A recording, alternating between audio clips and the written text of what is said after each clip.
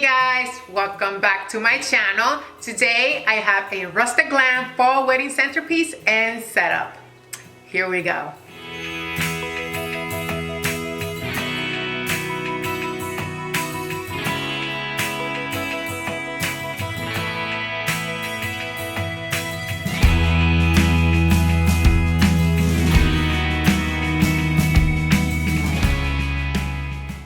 Some of you guys have been requesting for me to make more fall wedding setups, and I had a request to make a setup with pumpkins, and I had another request to make setups with sunflowers. So I've decided I'm going to blend the two together, and I hope you're not disappointed that I'm not using bold colors like orange and reds as the fall colors are, because truthfully I am not a bold colors type of person. I'm more subtle, I'm more into the lighter colors. So if you do want to use bolder colors, go ahead and substitute. All right guys, let's get started.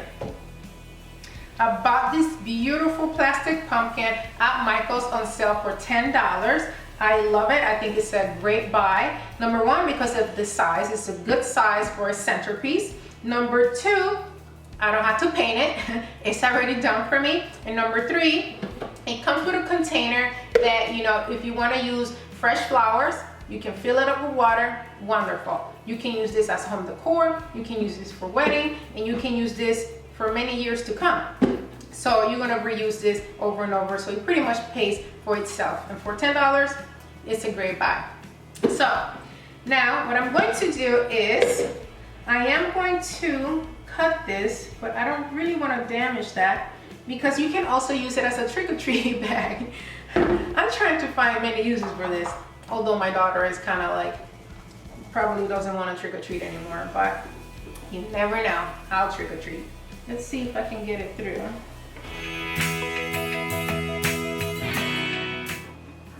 I think I can. I did. Hold on. Yes. Ha. And here it is, all intact. I don't even have to cut it. Nice. So all I have to do is just put it back whenever I want to use it as a bag. Yep. Before I start my arrangement, I have to place the floral foam inside the pumpkin. And as you can see in here, the pumpkin is hollow and very wide inside. So I am going to use the plastic container that it came with. And as you can see also here, this floral foam is way too short. And I'm going to need the assistance of this round floral foam to go right at the bottom. So I'm going to just place this inside. And I'm not going to use glue because this is going to be pretty snug. And it's not going anywhere. It's like perfect. It was meant to be. So now I'm going to place this inside. And I'm going to start with the arrangement. I'm going to start with my Ivory Hydrangeas.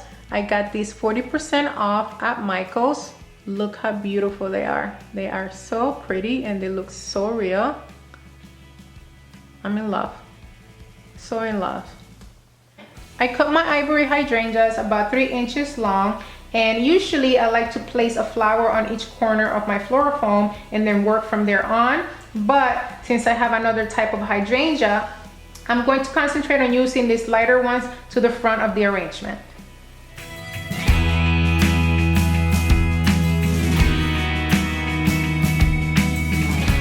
So far I've used only 3 of the Ivory Hydrangeas from Michael's because they are pretty full and I love it.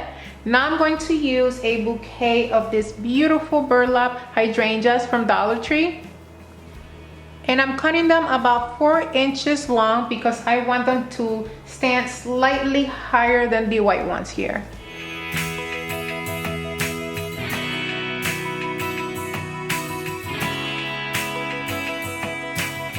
I'm going to add the rest of the white hydrangeas to cover up the floral foam back here.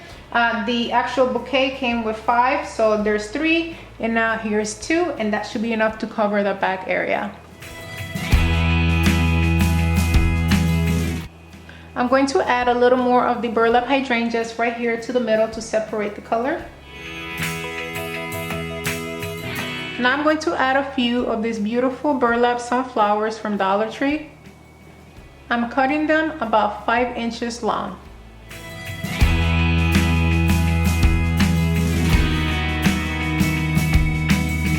So I added the sunflowers in between the Ivory hydrangeas and the burlap hydrangeas to break it up a little, and this is what it looks like.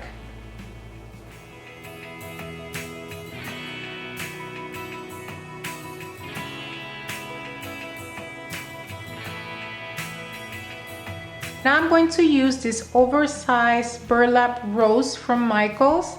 I actually bought this a couple of years ago. I have them as decor in my living room for my bookshelves, but this morning I saw it and I was like, you know what? This will look so great with the arrangement today.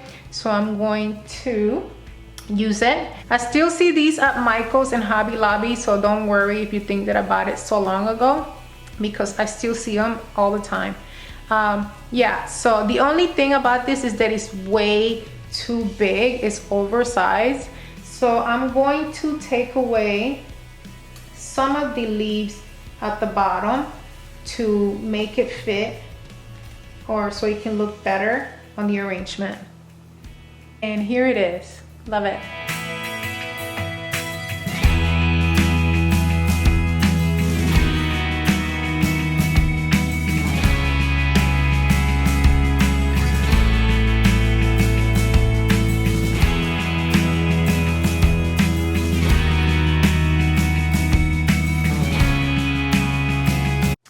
Now moving on to make my table number, and the challenge here is to place these #1 stencil right here on top of this pumpkin.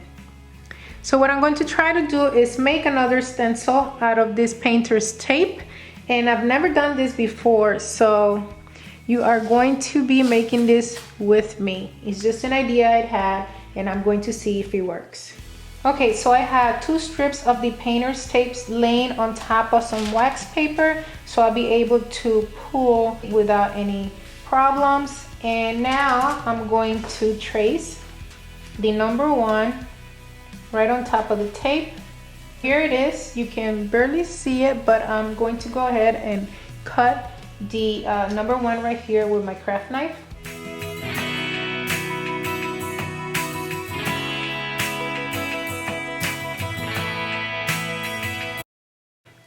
And here's my #1. And now I'm going to place it right on top of my pumpkin. And then I'm going to trace it.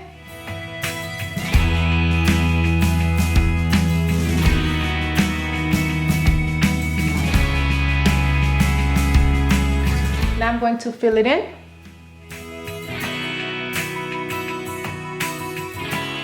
And here it is.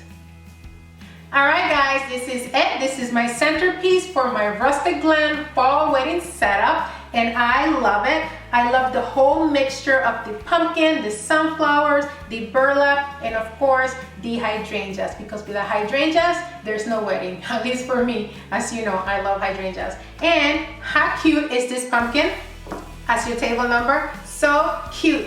The stencil made out of painter's tape totally worked. It was my first time trying it, and it totally worked. Love it.